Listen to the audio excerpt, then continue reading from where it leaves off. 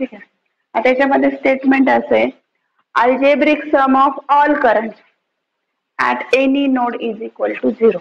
Algebraic sum म्हणजे काय की I1 I2 I4 I3 ची जे सम येईल त्याच्या नोडच्या अक्रॉसची व्हॅल्यू काय असली पाहिजे 0 असली पाहिजे. हे त्याचं स्टेटमेंट आहे. आता ह्याच्यामध्ये इनकमिंग करंट म्हणजे जे नोड कडे जाणारे करंट करायचे पॉझिटिव्ह कन्सिडर आणि जे नोड पासून लांब जाणारे करंट आहे म्हणजे अवे फ्रॉम द नोड जे आहेत ते कन्सिडर करायचे निगेटिव्ह. आलं का लक्षात. हे बघा ह्या algebraic sum of all current म्हणजे काय जेवढे करंट तुमच्या नोडला कनेक्ट आहे त्याची व्हॅल्यू काय असली पाहिजे 0 असली पाहिजे. जे नोड कडे जाणार आहेत ते पॉझिटिव्ह कन्सिडर करायचे, जे नोड पासून लांब जाणारे करंट आहे ते निगेटिव्ह करंट करायचे कन्सिडर करायचे. ठीक आहे. मग आता समेशनचा जो सिम्बॉल आहे याला समेशन ऑफ आय म्हणतात इज इक्वल टू 0. इक्वेशन बघा कसं तयार होतं. जे इनकमिंग आहे इकडे जाणार आहे. आता तुम्हाला सांगितलं इनकमिंग करंट म्हणजे काय कन्सिडर करायचे पॉझिटिव्ह. मग इथे कसं येईल I1 प्लस आला I2 कसा आहे वरती चाललाय म्हणजे मायनस I2 I3 पण बाहेर चाललाय म्हणून हा मायनस I3 I4 नोड कडे चाललाय plus I4 is equal to 0. मग आता ह्याच्यामध्ये जर आपण I1 प्लस आहे आणि I4 पण प्लस आहे. आता हा तिकडे दोन्ही गेल्याची साईन काय होणार आहे चेंज होईल म्हणजे I2 प्लस काय झाला I3 म्हणजे आपण काय म्हणणार दुसऱ्या केसमध्ये incoming current is equal to outgoing current. आलं का लक्षात. तर याला म्हणायचं केसीएल. पण आता ह्याच्यामध्ये एक विषय असा आहे आपल्याला विचार करायचा आहे करंटचा. ओहम्स लॉ काय सांगतो V/R. आपले सगळे जे इक्वेशन्स आहेत हे कोणत्या फॉर्म मध्ये घ्यायचे व्होल्टेजच्या फॉर्म मध्ये घ्यायचे. ठीक आहे. तर हे त्याचं स्टेटमेंट आहे. आता होतं काय हे स्टेटमेंट सगळ्यांना कळतं पण जेव्हा आपण प्रॉब्लेम सॉल्व्ह करतो ना त्यावेळेस मात्र तुम्हाला ते कसा विचार करायचा ते समजत नाही. तर एक प्रॉब्लेम घेऊ आपण आधी केसीएलचा. आता बघा ह्याच्यामध्ये ह्याच्यामध्ये ना महत्व कशाला माहिती का की जे डायरेक्शन दिलेले आहेत ना करंटच्या आता बऱ्याच वेळा दिलेल्या असतात कधी कधी नसतात. तर त्याच्यात काय आपण कोणती डायरेक्शन दिली ना त्याने काही फरक पडत नाही. आन्सर तुमचं तसं येणारच आहे. फक्त ते तुम्ही जेव्हा कन्सिडर करता त्यावेळेस काय कन्सिडर करतात ते महत्वाचं आहे. ठीक आहे. आता बघा आपला करंट फाइंड करायचा आहे थ्रू द म्हणजे व्हीबी काढायचा आहे. तर आपण व्हीबीच्या ऐवजी आपण थोडा एक्सटेंड करू problem. Find current I1, I2 आणि I3 हे तिन्ही फाइंड करायचे आपल्याला. ठीक आहे. बघा आता हा ए नोड आहे हा सी नोड आहे आणि हा बी पण नोड आहे. ठीक आहे. आता हा तुमचा मिडल नोड कशाला म्हणायचा की जे number of branches are meet together ज्या ठिकाणी नंबर ऑफ ब्रांचेस एकत्र येतात त्या पॉइंटला आपण नोड म्हणतो. मग हा ए पण नोड आहे बी पण नोड आहे आणि सी पण नोड आहे. पण आपल्याला फाइंड काय करायचं आहे व्हीबी. व्हीबी म्हणजे व्होल्टेज ऍट बी पॉइंट. ठीक आहे. आता त्याच्यामध्ये मी एक्सटेन्शन असं केलं की I1 I2 I3 पण आपण काढूया. ओके. आता बघा इथं ही डायरेक्शन दिलेली आहे बऱ्याच वेळेला दिलेली नसते. जर नसेल दिली तर आपण कन्सिडर केली तरी चालते ते आपण नंतर घेऊया. आता पहिलाच प्रॉब्लेम आहे हा बघा त्याच्यामध्ये पहिल्यांदा काय करायचं पहिली स्टेप तर अप्लाय केसीएल अप्लाय करायचा. आता I1 कुठे चाललाय बी कडं I2 कुठे चाललाय बी पासून लांब म्हणजे node away from the node आहे आणि I3 पण कसं आहे अवे फ्रॉम द नोड आहे. मग इक्वेशन कसं झालं बघा आता I1 पॉझिटिव्ह म्हणून पुढे गेला. आता तुम्ही दोन प्रकारे तुम्ही इक्वेशन तयार करू शकता एक लॉजिकली आणि एक टेक्निकली. आधी आपण टेक्निकली बघू म्हणजे तिकडे जाणारा म्हणून पॉझिटिव्ह मायनस बाहेर पडणार आहे म्हणून मायनस हा पण बाहेर पडणार आहे म्हणून मायनस. तर I1 minus I2 minus I3. ठीक आहे. म्हणजेच काय I1 is equal to I2 plus I3. समजतंय तिकडे गेलं. तर हे झालं तुमचं टेक्निकली. लॉजिकली बघा एक तुमचा असा एक प्लेन रस्ता आहे आणि हा इकडे जाऊन तो डिस्ट्रीब्यूट झाला. याचा अर्थ काय झाला हा करंट दोन भागात डिस्ट्रीब्यूट झाला की नाही. मग आपण काय म्हणणार I1 इज इक्वल टू समजा I1 याला I2 प्लस I3 म्हणूया. ह्याला नाव देऊया I2 ह्याला नाव देऊया I3.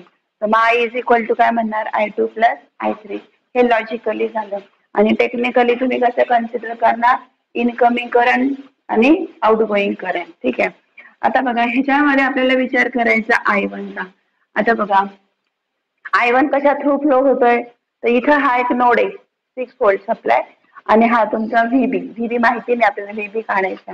आता याचा सोपं सांगते, हा रेजिस्टन्स आहे, याची व्हॅल्यू समजा 10 ओहम आहे, किंवा इकडे हा ए नोड आहे आणि हा तुमचा काय बी नोड आहे, यातनं फ्लो होणारा करंट काय तुमचा I1 आहे. मग मला जर I1 काढायचं असेल तर मला काय करावं लागेल, ह्या दोन्ही व्होल्टेज मधला डिफरन्स घ्यावा लागेल की नाही. आणि मी तुम्हाला सांगितलं आपलं व्होल्टेज करंट कोणत्या फॉर्म मध्ये येणार आहे, व्ही अपॉन आर च्या फॉर्म मध्ये येणार. ओके, मग इथं काय येईल, VA minus VB upon R. Okay, पण I1 आपलं व्हीए काय इथं गिवन 6 व्होल्ट आहे, 6 मायनस व्हीबी माहितीये का नाही, आणि आर किती आपल्याला गिवन 10. मग हा झाला तुमचा फर्स्ट I1. कळलं सगळ्यांना. आता I2 कसा काढणार, तर बघा ह्या नोडच्या खाली काय आहे I2 आलेला आहे, म्हणजे आता इथं दुसरा नोड दिलेला आहे का नाही, म्हणजे डिफरन्स घ्यायची गरज आहे का नाही. मग डायरेक्ट तुम्ही काय म्हणणार व्हीबी अपॉन 6. कळतंय सगळ्यांना. आणि I3 कसं येणार,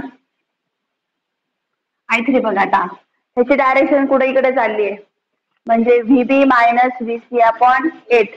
पण व्हीसी किती दिले आपल्याला 4, म्हणजे इथं काय म्हणणार तुम्ही व्हीबी मायनस व्हीसी अपॉन 4, म्हणजे व्हीबी मायनस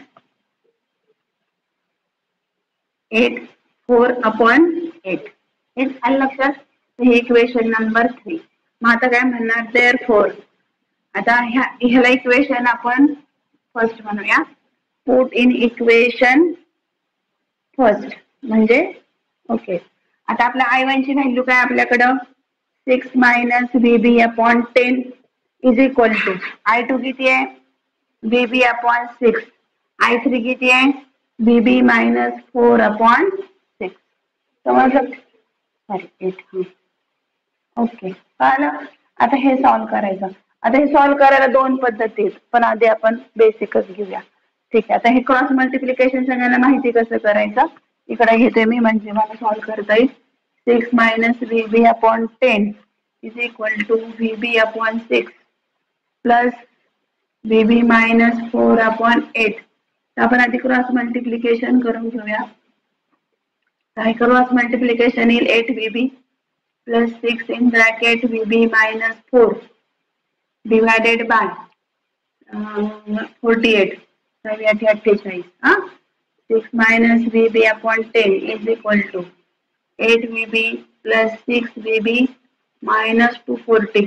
नहीं 24 ना फक्त 24 divided by 48. 8 plus 6 किती झाला 14.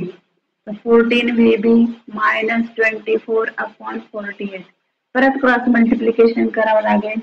तर 14 bracket 6 minus VB is equal to 10 in bracket 14 VB minus 24. मग हे किती येते बघा 22 288 येते का बघा बहुतेक कॅल्सी काढा.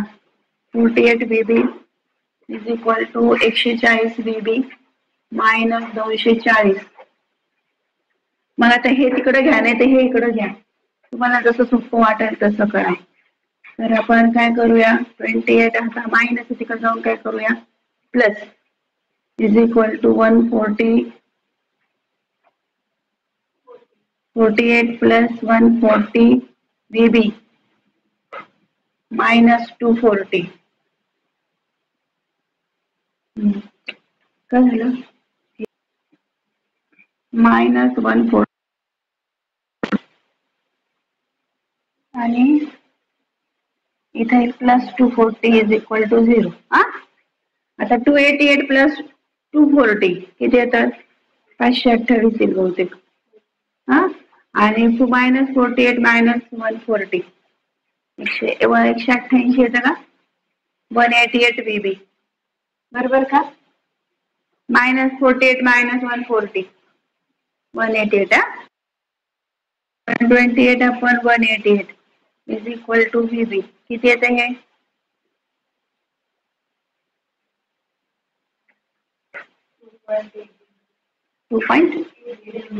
2.80 व्होल्ट.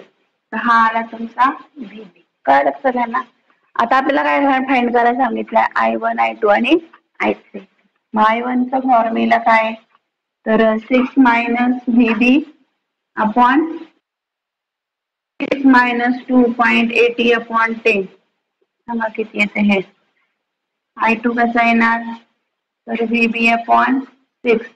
VB किती आलाय 2.80 अपॉन 6 आणि I3 येईल VB म्हणजे 2 VB मायनस 4 अपॉन 8 म्हणजे हा येईल 2.80 मायनस 4 डिवायडेड बाय 8. आधी एक काम करा 6 मायनस 280 करा मग डिवाइड बाय 10 करा 0.32 एम्पियर. दुसरा 280 अपॉन 6 0.46 आणि हा चौथा तिसरा